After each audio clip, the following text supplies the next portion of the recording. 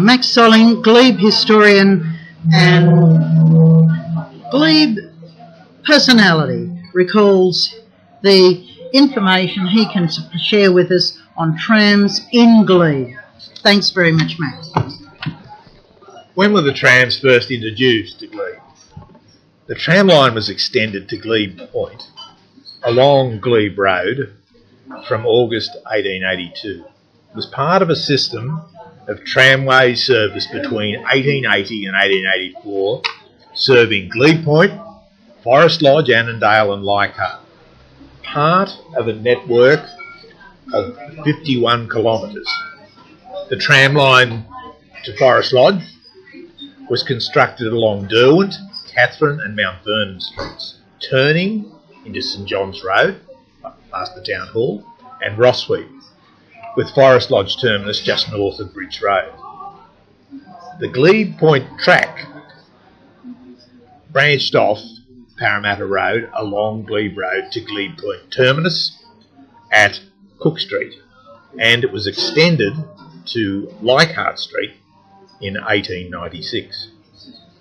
It was a steam tram service from 1882 to December 1900. The subsidised penny electric tram began on the 23rd of December 1900 and was shut down finally on the 23rd of November 1958. All trams in Sydney were closed by 1961. Before the steam tram, Glebe residents were served by the Annandale and Glebe Point ferry service from 1880 to 1903, and the horse-drawn omnibus service, of which the Sydney Tram and Omnibus Co., which had a monopoly of the Forest Lodge run. The horse bus was in decline in Glebe by the First World War. When was it replaced to the newer electric version? The Sydney tram network was electrified from 1899 with the Ultimo power station originally built to supply power for this network. The Sydney Rail and Tramway power grid consisted of Ultimo, 1899, and White Bay Power Station, 1917, linked by a transmission network to sub-feeder stations. The Sydney Metropolitan Tramway experienced dramatic expansion between 1900 and 1914, with the length of tram tracks growing from 124 kilometres, that's in 1900, to 323 kilometres in 1914. In this period, Central Station opened in 1906. An underground rail loop in the CBD began in 1926, and the Harbour Bridge was completed in 1932. The government of the time was so pleased at the end of 1900 with the number of passenger tram journeys, which over that period had grown from 63 million, that's daily trips in 1900, to 293 million in 1914. What was the importance for Glebe residents of having tram sheds so close to Harold Park?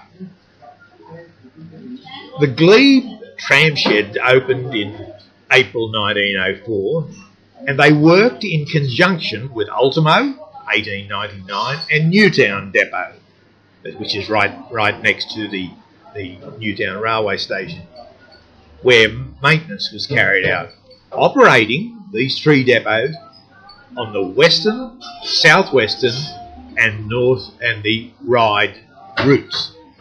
The tram sheds were important to Glebe, with 650 government employees at its peak. That's certainly the largest number of single employee in Forest Lodge, travelling daily to the area. An identifiable community emerged, possessing a coherence an identity of its own. It was a highly unionised community that was part of the 1917 general strike, the biggest industrial shutdown in New South Wales since 1890. It possessed its own war memorial, unveiled on the 26th of November 1916, its own RSL branch, and conducted its own Anzac Day services. It had its own rugby league team, which borrowed the same colours as the Glebe dub, that is maroon and white, and its own brass band. It also contained a recreational club with billiard room, library, rifle range, that's a miniature one, and a well-manicured garden which won prizes. It also established, I think as late as 1927, a social and educational club playing cricket, conducting smoke concerts and Lansing lectures. What was the effect of the cessation of the tram service in Glebe in 1958? It must be appreciated that transport technology in Sydney in the 19th and 20th century went through distinct phases. By the mid-1950s, the tram was seriously disadvantaged by competition from the motor car, and its replacement, the bus, was operationally more efficient, faster and cheaper. Sydney, like all Western cities, developed from a walking city in the 1860s and 1870s to a public transport city from 1880 till after the Second World War. By 1955, increased prosperity brought car ownership within the reach of most families as Sydney was transformed from a public transport metropolis to an automobile-dependent city. In 1971, Sydney had become a sprawling, decentralised automobile city of 2.811 million people, and by 1978, 85% of Sydney's people made the journey to work by car. At the same time, we saw the rise of the corporate city, as distinguished from mercantile urbanisation. Sydney's inner suburbs experienced the phenomenon of gentrification and deindustrialisation as manufacturing declined rapidly. Glebe's population fell from 20,510 in 1947 to 14,263 in 1971 and to 11,397 in 1981. Anyone with a deep interest in trams in Glebe, I suggest you read Ross Wilson's The Red Lines, published in 1970. Wilson also prepared an exhaustive synopsis of the Glebe Point Tramway. The photographs that people have seen recently of Glebe, the various shots of Glebe, were taken about 1953 by Leon Manning.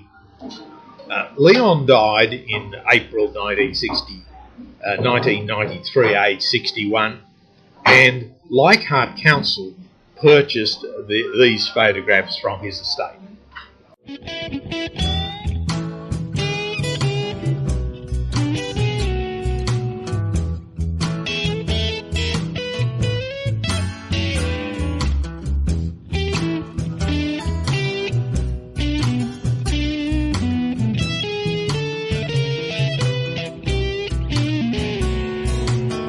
So Barbara, can you tell me your name please and where you now live? It's Barbara Andrilli and I'm currently living in Glebe Street.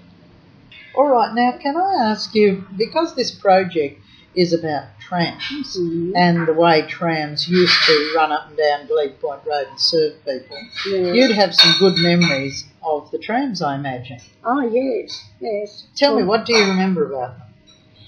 I remember the older style one first. It used to have long seats with both sides like that. You were looking across to people on the other side. And there used to be a running board where the conductor used to run along this board collecting the fares. That's on the outside On of the outside tram. of the tram. Right. Were they what they called the toast racks? Was that a toast rack tram? Because there was one lot of trams they called the toast racks. Would That that could have been them? it. That would have been it for sure. There was a different one to the model that you showed me there. That was a later one where they were seats on two sides, and they had a middle aisle where the conductor could go down the aisle. Right. So people weren't. The conductor wasn't on the outside. He was working on the inside. On the inside, then. Be a lot safer, I I'm reckon. sure that's how I remember it. Yeah. But I know the older ones, yeah, they were definitely on the outside, and the conductor had this running board thing that he used to go from section to section. Right. And hanging on to something, you know, it was dangerous really for the conductors in those days. I reckon it would have been. Yeah. Because there was the traffic running through with cars, you know.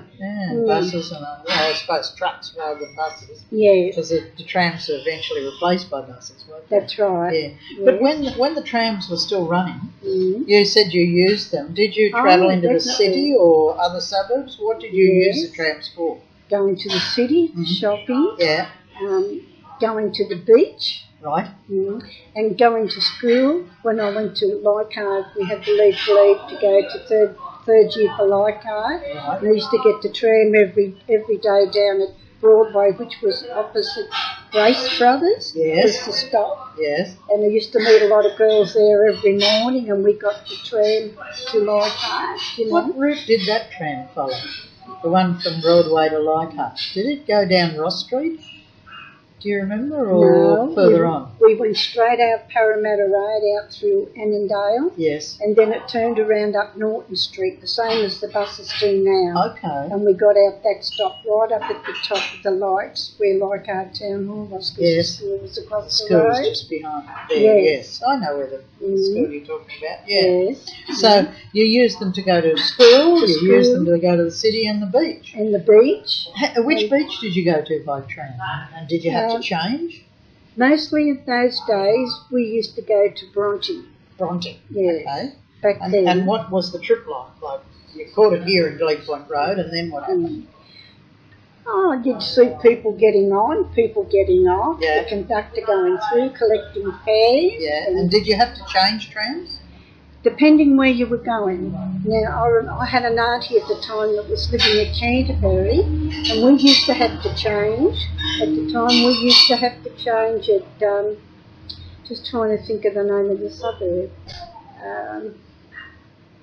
I think it was Hurlston Park, Dulwich-Hill. Dulwich-Hill. We got a tram to Dulwich-Hill, and then we had to change from Dulwich-Hill to Canterbury To get on another tram. to get Yeah. another, yes. Yeah. Oh, okay. And that would have been a fairly long trip, wouldn't it, in those days? It was in those days, yes. And how far, like, you caught the tram a lot, obviously, so Yes. how far out would you have gone personally on the tram? Would that have been your furthest journey by tram to Canterbury? No. I would say possibly more, probably out to Moore Park, and that when we used to go to the Easter show. Yeah, yep. Mm. Would that have required you changing trams in the city to get to Moore Park? We would have had to get a tram then, I would say. I'm trying to think of where we would have got it. Thinking of the Easter show. Probably one would have run down Down- Flinders Street, I suppose, towards the showground, wouldn't it? I would have thought more Cleveland Street. Cleveland. Oh, yes. yeah. So there were trams on Cleveland I Street. would have think they would have been. Yes, Because I'm that just trying comes to out think into back. Moore Park, doesn't it? Yes, Yeah. Oh, good. So can you remember any particular episodes on the tram that stick in your memory? You know, really interesting, different, unusual things that happened? Well, there was a woman, and I cannot recall her name right now. I've been trying to think of what her name was, and she used to jump on these trams. She was well known for it, and she never paid a fare, like, you know. Okay. She used to jump on, and she never bothered anybody.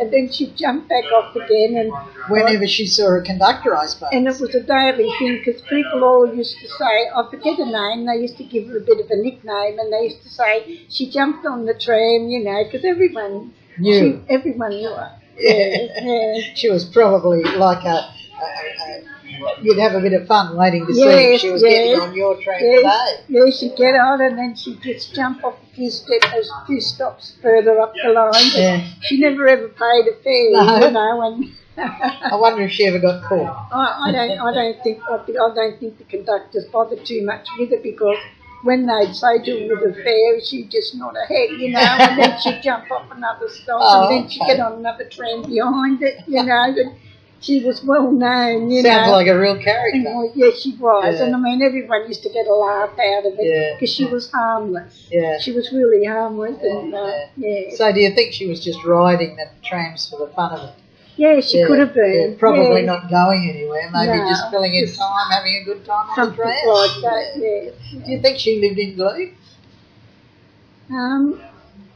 I don't recall ever seeing her out along Glebe Point Rd or down Broadway. But she'd be jumping on and off the buses, on the trams, sorry. Yes. Mm. So the trams, they finished running in 1958, I understand. Yeah. How did that affect you at the time? Were you dependent on the trams?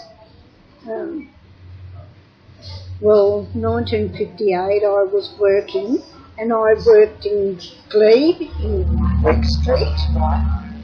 And so I didn't have to get the tram or the bus into town. You just were walking to work? Yes, I was only 5 minutes from my front door to work. That was handy? Yes. What were you working at? I worked for AWA, and it was the wireless company? Yes. Yeah.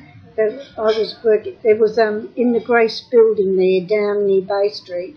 They had an office, a building. They had a part of an office there, and I worked in the office. It was in Greek Street at the time, but it belonged to AWA, so that way I didn't have to travel into town into York Street. Very convenient for you, wasn't it? Oh yeah, 5 minutes. So in some ways, when the tram stopped running, if you were working there then, it didn't affect you that much?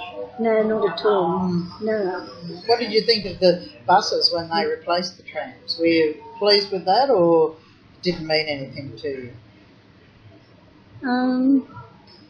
Actually, I thought it was safer. Did you?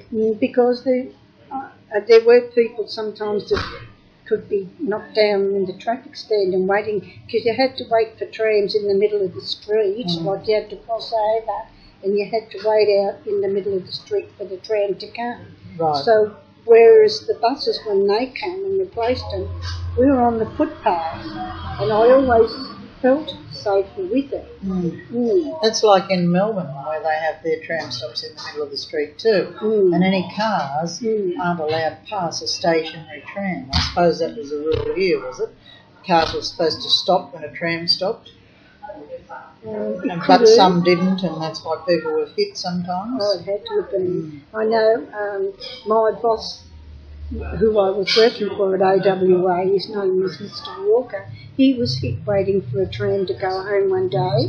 He used to live up near somewhere up Marrickville, and he was hit once waiting for a tram to go home. Right. Was he badly injured? He was in for himself at hospital. He wasn't seriously injured, but he was injured. Yeah. And he was hit by a car standing waiting for a tram to go home. Okay. We've got a little bit of noise there, but we'll keep persisting anyway. We'll see how we go. So, when you were using trams, were there other things happening in Glebe that were significant for you at the time? What was Glebe like for you when the trams still ran? Was it? It was your home, and you were working here, and you had your children here. But were there other things happening? Was it a happy suburb to live in? Oh yes, back in those days. Yes, it was. Everyone was happy in those days. Well, there was so many children around because there was large families. Yeah, and there was families larger than ours too. You know? So we're talking then sort of in the Second World War and just after it, the first 10, 15 years after the war, you were sort of referring to. when we're talking about this period of time when you were growing up. I guess that's the time we're talking about, aren't we? Yes. So I guess one of the arguments that's been made about returning trams to Sydney streets, which started, of course, with the extension of the light rail from Central to, well, originally it went to Lilyfield, didn't That's it? right. What did you think of when the light rail was reintroduced or introduced? Did you think that was a good idea? Yes, I did, because it made more transport too. Do you use the light rail? Yes, I've been on it a few times. I've been up to Lilyfield for a run and back a few times. Yeah. Just like for a day out passing time. Yes. And I quite enjoy it. Yeah. Do you go into the city? Through Darling Harbour and all. I enjoy going through all that part on the train, you know. And it's interesting going the other way, all the way through to Dulwich Hill too. Have you done that trip I haven't yet? done that one yet, but I'm going to, because I believe it's very nice. Yes. All the extra bits. Yes, I mean there's a lot of building going on, because with the extension of the light rail there's a lot of large blocks of units being built along where there used to be a lot of industry. Now it's basically residential, so you should go and have a look. It's a good trip to go on. So do you think the tramways that there are in Sydney should be extended? We know that there's a tram going to be running down George Street, and the work that's going on at the moment to reinstigate that sort of service. What do you think about those changes to reintroduce trams?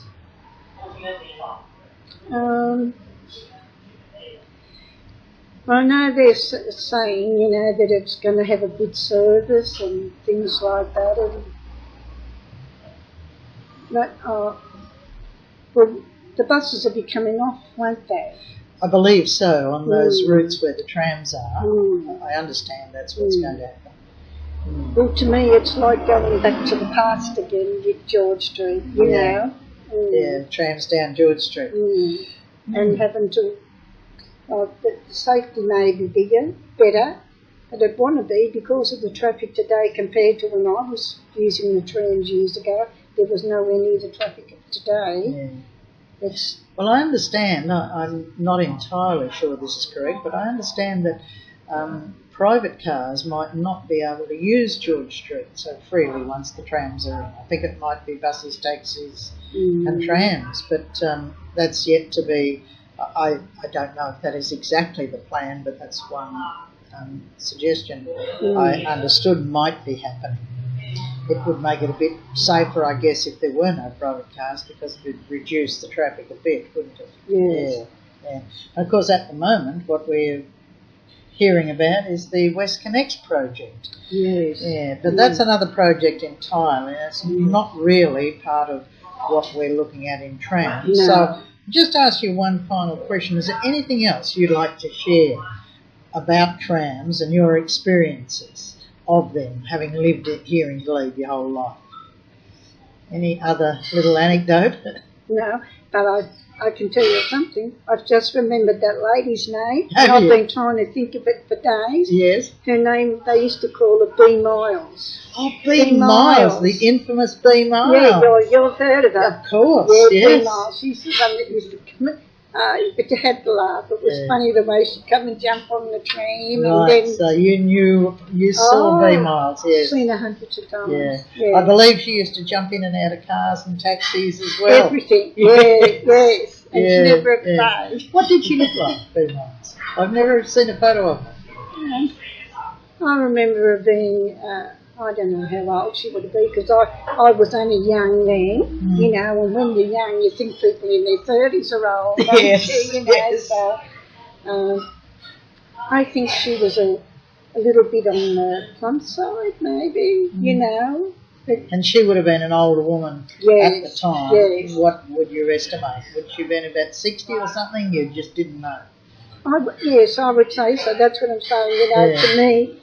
She mightn't have been as old as I thought, because I was young, and anybody 40 was old, you know. But to me, looking at her, I would have thought hitting 60, But she was a funny little thing, you know.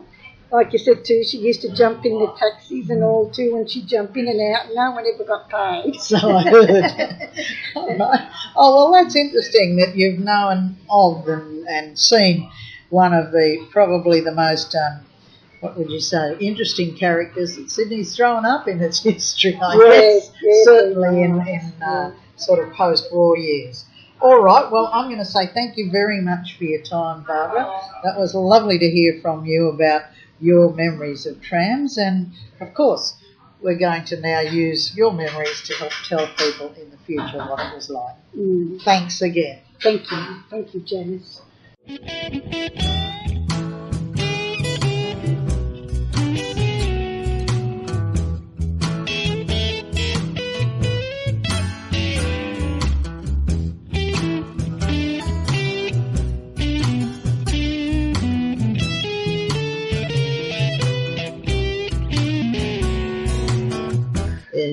What's your name, please? Sarah Murdoch King. But you're known as Sadie. I know you as Sadie. Yes. So how long have you lived in Glebe, Sadie? About 50 years. 50 years, wow. And where do you live at the moment? 132 Glebe Point Rd. In Glebe Point Rd, right. So have you lived in other places in Glebe? Oh, yes, I've lived in several. I came to Glebe Point Rd first, and then I became a tenant with the Church of England. Yes. I was in Arundel Street and Westmoreland Street, and many years Mitchell Street, and back to Glebe Point Road again. And that's where I am at present. So you know Glebe very well. Oh, yes. What was Glebe like when you first came here? Well, lots of young people, being after the war, young people flocking to the city looking for work. And Glebe was so near the city, it was a popular place for people to look for accommodation. Right. So was it hard to get accommodation then? Yes, it was very hard to get accommodation. Right. And tell me, at that time, were the trams running? Yes, the trams were running. Up and down Glebe Point Road? I didn't immediately use them. It was when I left my job in Glebe to work at the GPO in Martin Place. That's when I used a tram. And so you caught the tram into Martin Place every day, did you? I caught the tram into Martin Place every day and got out on what was known as DJ's Corner. Oh, okay. And I presume you caught it home again too each evening? Oh, yes, each evening. And then I used to use the tram again to come in the weekend to go to Wesley Mission in the city. Okay, so the tram was really important for you? Oh, it was my sole means of transport. Right. And so do you have any distinctive memories of things on the tram, incidents perhaps? Well, I used to marvel at the conductors because it was just, they called it a running board. It wasn't very wide. Yes, where the conductors had to reach out and collect our fares from. Yeah. And they stood on the running board? Yeah. Right. That must have been dangerous for them. Yeah. Did people... But they coped very well. Yeah. Did people go on the tram who didn't pay fares? Not that I know of. The conductor was so busy collecting fares, I think, to my knowledge, everyone paid. And how much was the fare? Do you remember? No, I don't. It's too long ago to remember. Fair enough, yeah. So when the tram service stopped in 1958, what did you do then? Well, I had to get a bus then, and it wasn't as... you didn't like it as much as the tram? It wasn't efficient as the tram. Oh, okay. And when that stopped, I suppose that changed your life for you. Yes, it did. But my main concern was getting to my job at the GPO. Yeah. Yeah. And so you said you haven't used the light rail. Never used the light rail. Is there any reason why you've never used it? No, to be honest, it just didn't appeal to me. I can't see that it was necessary. Oh, fair enough. Okay. Well, thank you very much for answering my question, Sadie. Is there any other thing about the trams and that era you'd like to tell us? I would like to see the trams brought back, so would a lot of other people. All right. Well, thank you very much for your time. I think we'll close there. Good. Bye-bye.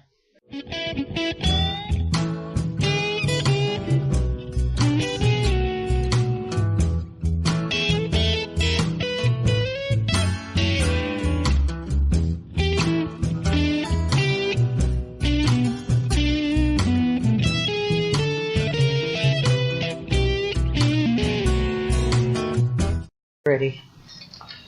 Oh, good morning. My name's Michael Kelly. I was born in Glebe in 1949. My father was Alec. My mum was Joyce. I had a younger sister and older sister, Lynn and Anne. We both all went to St James School in Forest Lodge. Our main mode of transport was by foot from Glebe Point to St James School in Forest Lodge. We did that trip twice a day, morning and afternoon.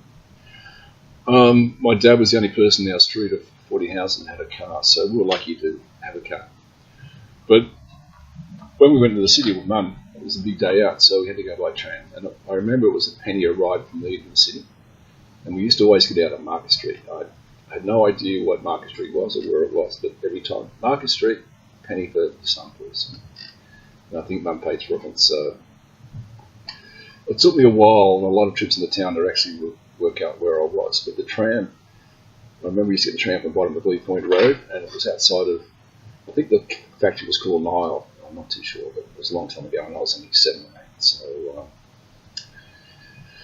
the tram would come down Glebe Point Road with the two big green lights on the, well, not lights, but little painted dots on the front of the tram, and we'd be waiting at the bus shelter, the tram shelter, and we couldn't get on the bus till the actual conductor changed the seats around, and he let us on the tram, and I'd always grab a window seat, and off we go.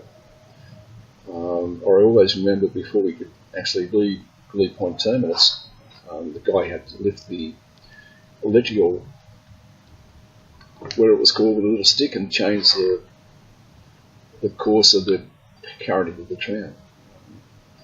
The ride was always pleasant. I had a window seat, and the tram used to rock, and we used to, on the way in the city, kids would jump on the tram and jump off without paying, and the conductor would chase them around, or the paper boy would jump on the tram and try and sell his newspapers. The trip was quite fast, probably 20 minutes, and I'm not too sure how the tram used to stop, if it pull a cord or press the button, or it just stopped at every stop, but it was always fun to get on the tram and to go into town with your mum.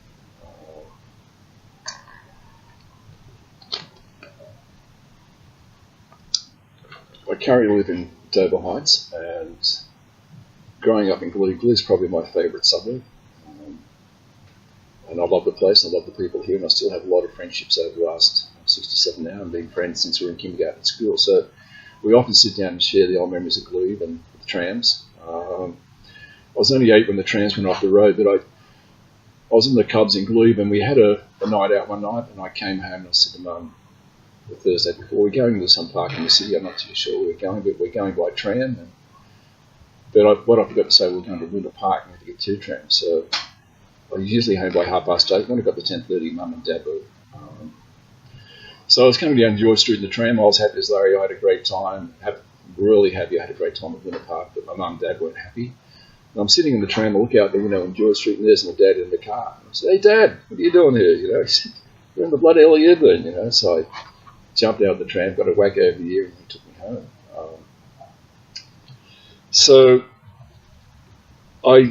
being an 8-year-old kid, the memories aren't real great, but the memories I have are really good of the trams. It was a sad day when they took them off, and everyone sort of thought, just talking to the older people who've been on the trams a long time, it's probably the worst thing they've ever done. And one day they'll probably bring them back, and that's how I do now around the eastern suburbs. But as a kid, I was at all the boys in James Church, and I used to see a 6 o'clock mass. And I loved 6 o'clock mass because I used to go past the Toxteth Hotel, and that was the tram stop there, and the blokes would be drunk, and Saturday night they'd drop all their money, and I'd come along Saturday morning at 6 o'clock and pick up all the change and whack it in my pocket. Mum used to think I was knocking it off, but I said, no, this is the best work I've ever seen in my life.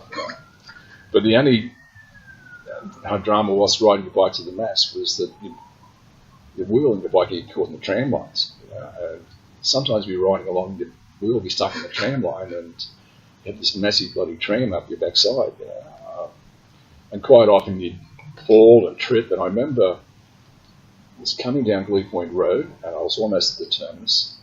And I'd been shopping for Mum. I had these string bags full of lemonade and milk and stuff like that. And I got caught in the tram track, and I fell off, and the tram stopped, and an old guy in the house in Glebe Point Rd came out and said, "What happened?" I said, "Mate, I'm crapping myself here." I said, "I got these from Mum. We got no money, and I've just smashed up all the milk and the lemonade. It's going to kill me."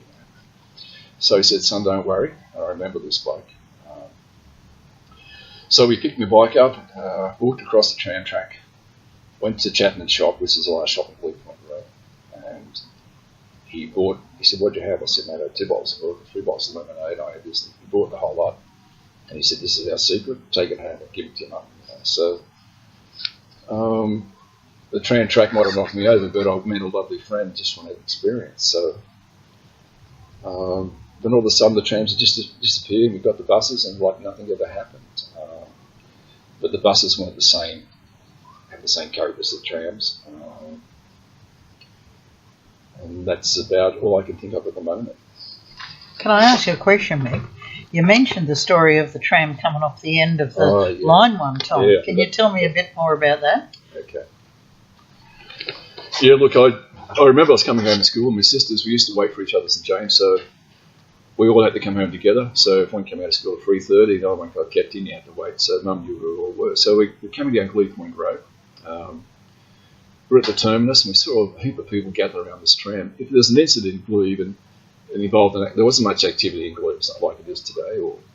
But a tram actually came down Glebe Point Rd. I'm not sure if the driver had been on the booze or he'd fallen asleep at the wheel, but where the terminus ends, it's only a single track, and he'd gone off the track, and it was right next to the Charlton Boys Home. It was right opposite the boys' home there in Glebe Point Rd. And this guy had gone off the track. The tram had dug into the tar, and it was only because of the depth of the wheels into the tar that the actual tram stopped. Otherwise, he would have ended up in Blackwater Bay. But I don't know how they got the thing back on the track. I think the guy would have lost his job. But that was the only major incident I've seen, any accident I've seen with the tram. I've heard of kids being run over by the tram, jumping on off and getting their foot cut off. I never witnessed it, but I'd seen kids who were actually walking around with half a foot missing. So that was acceptable, but kids in those days were desperate and they were keen. But that's about my story on trams, I think. Well, thanks very much for your memories, Mick. That's a great contribution to the mural project. Thank you. Can I just hear that a bit later? Yep.